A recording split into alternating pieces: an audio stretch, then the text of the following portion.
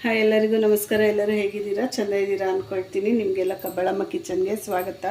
ನಾನಿವತ್ತು ಉಪ್ಸಾರು ಮಾಡ್ತಾಯಿದ್ದೀನಿ. ಉಪ್ಸಾರಿಗೆ ನಾನು ಇಲ್ಲಿ ನುಗ್ಗೆ ಸೊಪ್ಪು ತೊಗೊಂಡಿದ್ದೀನಿ. ಸ್ವಲ್ಪ ಹಲಸಂದ್ರೆ ಕಾಳು ನೀರಲ್ಲಿ ಹಾಕಿಟ್ಕೊಂಡಿದ್ದೀನಿ. ನೀವು ಈ ಹಲಸಂದ್ರೆ ಕಾಳು ಜೊತೆ ಹೆಸರು ಕಾಳು ಹಾಕ್ಕೋಬೋದು, ಇಲ್ಲ ತೊಗರಿ ಬೇಳೆ ಹಾಕ್ಕೋಬೋದು, ಏನು ಬೇಕಾದರೂ ಹಾಕ್ಕೊಂಡು ಊಟ ಮಾಡ್ಬೋದು.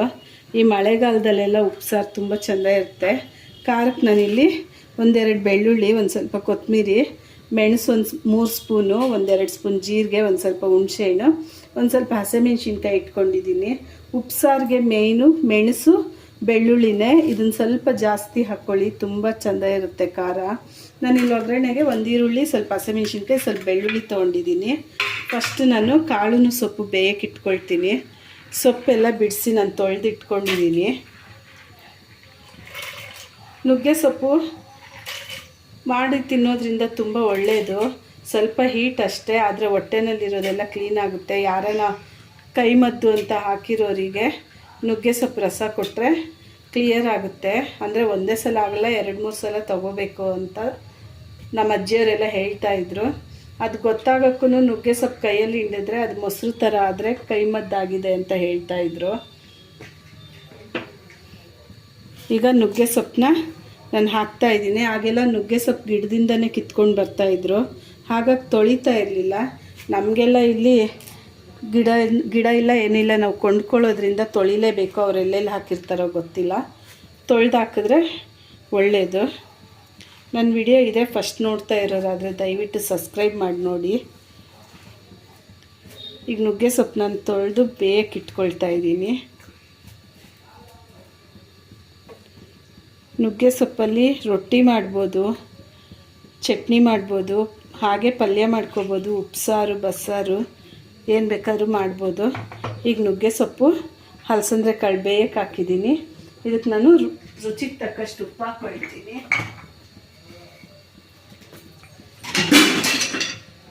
ಈಗ ನಾನು ರುಚಿಗೆ ತಕ್ಕಷ್ಟು ಉಪ್ಪು ಹಾಕ್ತಾಯಿದ್ದೀನಿ. ಮುಚ್ಚಿಬಿಡೋಣ, 2 ವಿಜಿಲ್ ಕೂಗಿಸ್ಕೊಳ್ಳೋಣ. ಇದು ಆಮೇಲೆ ನಾವು ಖಾರ ರುಬ್ಕೋಬೇಕು. ಇದ್ರ ಜೊತೆ ಹಸಿಮೆಣ್ಸಿನ್ಕಾಯಿ ಹಾಕ್ಕೊಳ್ತಾ ಇದ್ದೀನಿ. ಹಸಿಮೆಣ್ಸಿನ್ಕಾಯಿ ಆದರೆ ಬೇಯಿಸ್ಕೋಬೇಕು, ಒಣಗಿದ ಮೆಣಸಿನ್ಕಾಯಿ ಆದರೆ ಹುರ್ಕೊಂಡ್ರೆ ಸಾಕು.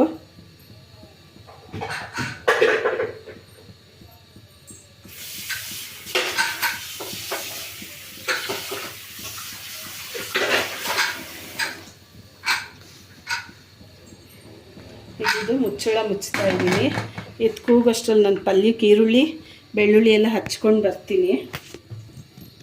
ನಾನು ಸೊಪ್ಪೆಲ್ಲ ಬೇಯಿಸಿ ಇಲ್ಲಿ ಹಿಂಡಿ ಇಟ್ಕೊಂಡಿದ್ದೀನಿ. ನೀರು ಸಪ್ರೇಟ್ ಮಾಡಿ ಇಟ್ಕೊಂಡಿದ್ದೀನಿ. ನಾನೀಗ ಖಾರಕ್ಕೆ ಇಟ್ಕೊಳ್ತೀನಿ. ನಾನು ಹಸಿಮೆಣ್ಸಿನ್ಕಾಯಿ ಬೇಯಿಸಿದ್ದು ತೊಗೊಂಡಿದ್ದೀನಿ. ಸ್ವಲ್ಪ ಸೊಪ್ಪು, ಸ್ವಲ್ಪ ಕಾಳು, ಬೆಳ್ಳುಳ್ಳಿ, ಹುಣಸೆಹಣ್ಣು ಮತ್ತು ಜೀರಿಗೆ, ಮೆಣಸು,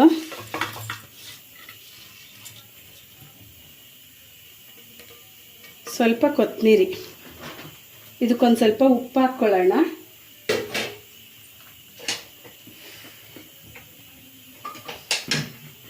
ನಾನು ಇದಕ್ಕೊಂಚೂರು ಉಪ್ಪು ಹಾಕ್ಕೊಳ್ತಾ ಇದ್ದೀನಿ.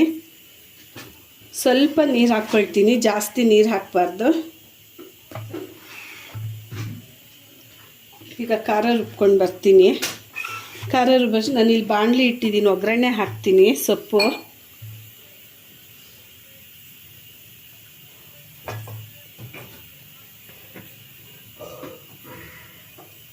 ಎಣ್ಣೆ ಹಾಕ್ಕೊಂಡಿದ್ದೀನಿ.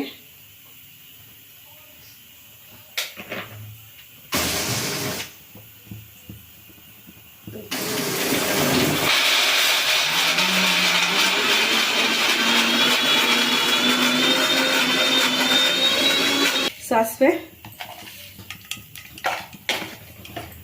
ಸ್ವಲ್ಪ ಎಣ್ಣೆ ಜಾಸ್ತಿ ಆಯಿತು, ನಾನು ತೆಗಿತಾ ಇದ್ದೀನಿ. ಜಾಸ್ತಿ ಆಯಿತು ಎಣ್ಣೆ.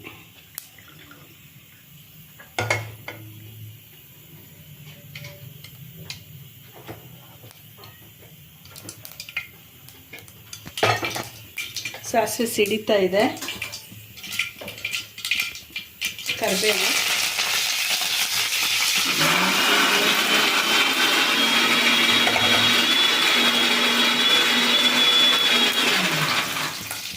ಬೆಳ್ಳುಳ್ಳಿ, ಹಸಿಮೆಣಸಿನ್ಕಾಯಿ,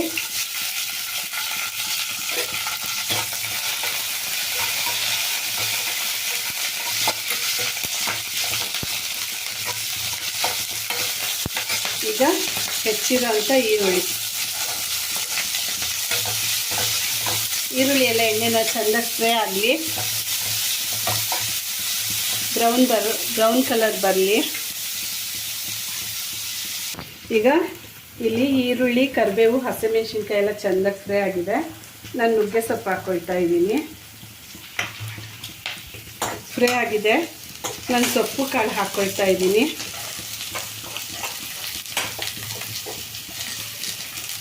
ನಾನು ಇದು ಅರ್ಧ ಸೊಪ್ಪು ತೆಗೆದಿಟ್ಕೊಂಡಿದ್ದೀನಿ. ಇದಕ್ಕೆ ಮೊಟ್ಟೆ ಹಾಕಿ ಪಲ್ಯ ಮಾಡ್ತೀನಿ.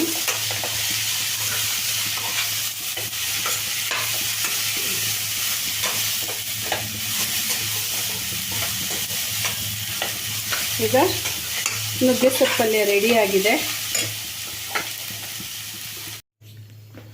ನೋಡಿ. ಈಗ ಉಪ್ಸಾರು ರೆಡಿಯಾಗಿದೆ. ನಾನು ಖಾರ ರುಬ್ಕೊಂಡು ಬಂದಿದ್ದೀನಿ.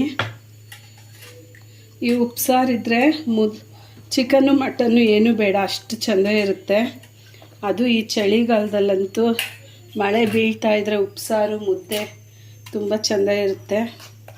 ಇದು ಖಾರ ನಾನು ನುಣ್ಣಗೆ ರುಬ್ಬಿದ್ದೀನಿ. ನಿಮ್ಗೆ ನೋಡಿ ಹಾಕ್ಕೊಳ್ಳಿ ಖಾರ ಎಷ್ಟು ಬೇಕೋ ಅಷ್ಟು. ತುಂಬ ಖಾರ ಆದರೆ ತಿನ್ನೋಕ್ಕಾಗಲ್ಲ. ನಾನಿಲ್ಲಿ ಯಾವಾಗ ನುಗ್ಗೆ ಸೊಪ್ಪು ತಂದರೂ ನಾನು 2 ಥರ ಪಲ್ಯ ಮಾಡ್ಕೊಳ್ತೀನಿ. ಒಂದು ಮೊಟ್ಟೆ ಹಾಕಿ ಮಾಡ್ತೀನಿ, ಇನ್ನೊಂದು ಹಾಗೆ ಪ್ಲೈನ್ ಮಾಡ್ತೀನಿ. ನಾನು ಕಾಯಿ ತುರಿ ಹಾಕಿ ಒಂದು ಪಲ್ಯ ಮಾಡ್ಕೊಂಡಿದ್ದೀನಿ, ಮೊಟ್ಟೆ ಹಾಕಿ ಒಂದು ಪಲ್ಯ ಮಾಡ್ಕೊಂಡಿದ್ದೀನಿ.